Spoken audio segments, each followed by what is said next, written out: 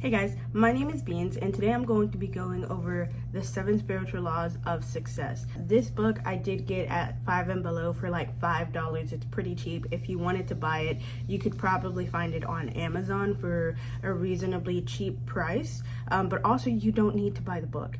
You can look up the 7 spiritual laws of success, easily Googleable. It'll give you all the information right there, so you don't necessarily need the book, but if you just like to have the book like me, you could always get it, and it's pretty inexpensive. One more thing that I would like to say before I really get into all of this is I do think that knowing these laws will help you in your ability to manifest, in your ability to understand energy, but it's not something that is 100% necessary.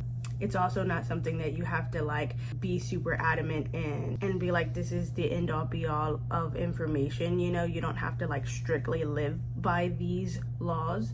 I just think it's good to keep in mind when you're out there trying to manifest and when you're out there trying to create.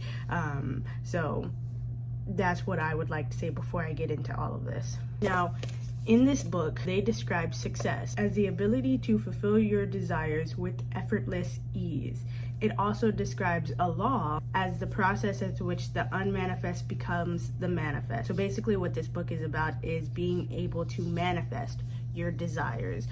So if you are having trouble manifesting your desires, then this book might come in handy. You know, it gives perspective. The first law is the law of potentiality. And to use a quote from the book, it says the source of all creation is pure consciousness, basically meaning that all of the universe is connected and the universe is conscious, and we are living in a conscious universe. It also says the universe is filled of possibilities and infinite creativity. And a good way to start really understanding this law is to just simply meditate, starting to really understand the energy that is around you. Meditate, trying to feel that energy. And it's super important that you know that each space will have a different energy. So when you meditate in your room, that energy is going to be different than when you meditate outside versus when you meditate in the living room. So like just starting to meditate and understanding the energy and feeling how a space feels when you meditate in it really helps you understand, okay,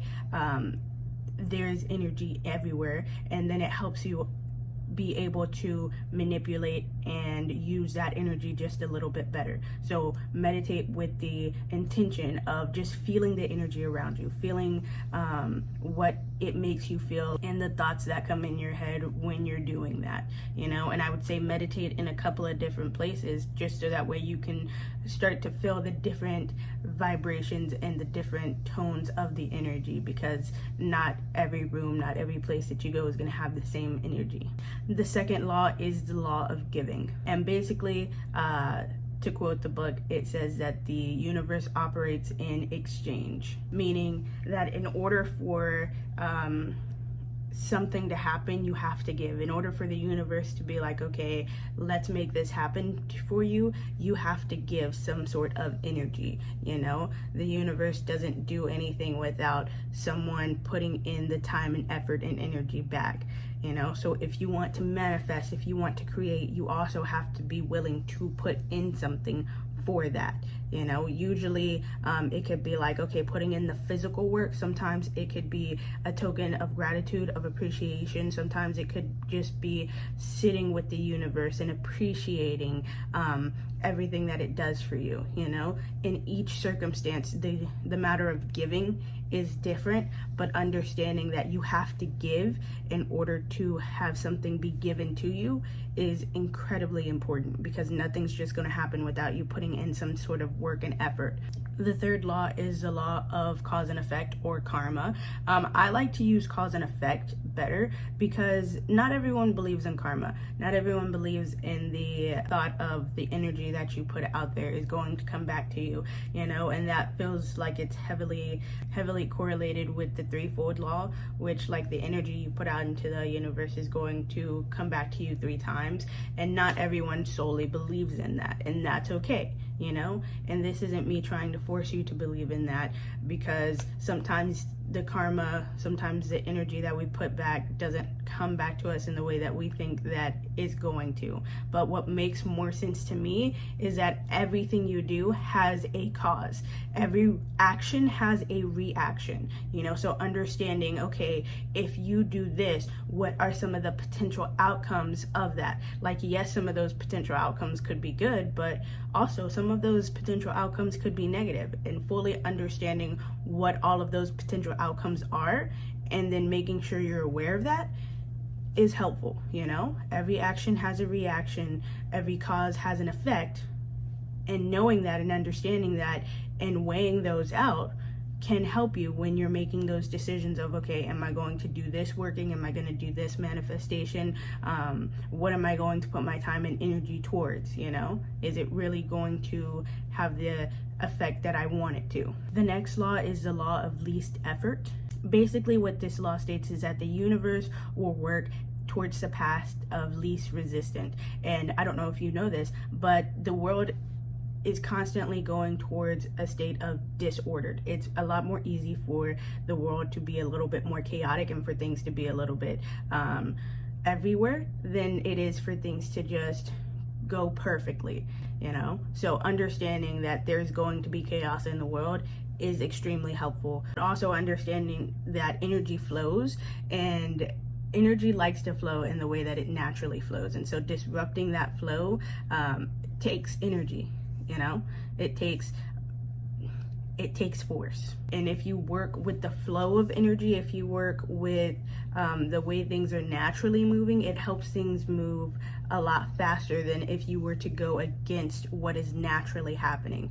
So if you can figure out, okay, what is naturally happening in this space, in this situation, in this instance, and then choose something that goes with that instead of against that, it'll make it happen a lot faster and a lot easier with a lot less stress than if you were to try and fight it, you know? So that's basically all that law is saying, is try and go with the flow of things, so that way you don't have to put so much stress and chaos on yourself. The next law is the law of intention and desire. Now, a lot of people use this to be like, intention is everything, which intention does play a big part in what people are doing. You know, knowing what you're doing, knowing what your goal is, knowing what you expect the outcome to be is important. You know, it helps, gives you a sense of clarity, it helps gives you a sense of direction, it helps gives you a sense of motivation, which is why that intention is important. Knowing what you want to come out of this, knowing what your goal is, helps you stay focused on that goal, you know? But a lot of people think that just because you say this, that means you can do anything and everything, and as long as you have the right intention, it's gonna work out, and that's wrong.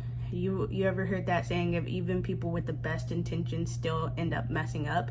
You know, intention means a lot, but it doesn't mean everything. You still have to have the correct tools, you still have to have the correct resources, you still have to be on the right track when you're doing things. You could do a manifestation of working with no intention at all, and it still has the possibility of working. It just works better when you have that added intention, when you put in that desire and that effort, and you make clearly known what you want to happen.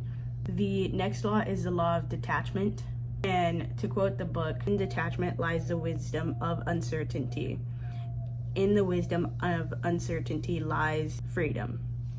And basically what that means is, if you're not just holding on so tightly to one outcome or one possibility or one thought, then it gives you more freedom, you know? It gives you more room to let things happen, because sometimes the things that we're holding on to, sometimes the things that we really want to happen aren't meant for us. So being able to be like, okay, this is not for me, let me find something new, and being able to remove yourself from a situation, thought, or idea helps you grow. It helps you move into the direction that you need to go into sometimes. And that detachment, that releasing, that dropping it can be really hard, but being able to detach yourself from those things is incredibly helpful, because sometimes we're like, well, I really want to do this, but that's not what the universe is telling us to do. And if we're just so focused and hard-headed and stubborn about that idea, we will miss the really beautiful and great opportunities that the universe has for us, you know? So in order to not get in the way of our own success and our own happiness, sometimes we have to learn how to let go of things. And that's basically what that law says.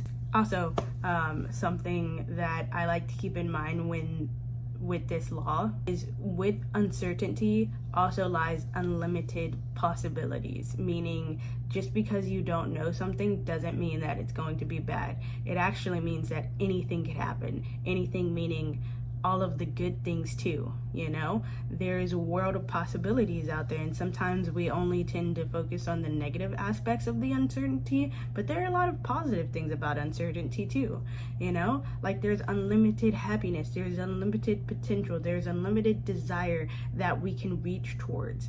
So keep that in mind when you're doing that too. And the last law is the law of purpose. And basically this law just states that each one of us is here for a reason. Each one of us has a special gift or a special thing about us that no one else could possibly do, which makes us special, which means that we have to find our purpose in this world. And basically what this book describes as a purpose is knowing what you're good at, knowing what your specialty is, knowing what motivates and empowers you, and then you using that to give back into the universe, you know, giving that energy back into the universe and finding a way to help people around you in society is what this book says is everyone's purpose. Finding out your gift and using it to give back. So that is my take and my perspective of the 7 laws of spirituality. If you enjoyed this, if you found it helpful, please like, comment, share, show your support. It really helps me make more videos. Also, something very similar to the same concept is the Hermetic principles. So if you found this interesting, I would also recommend looking into the Hermetic principles because I think those also give good perspective and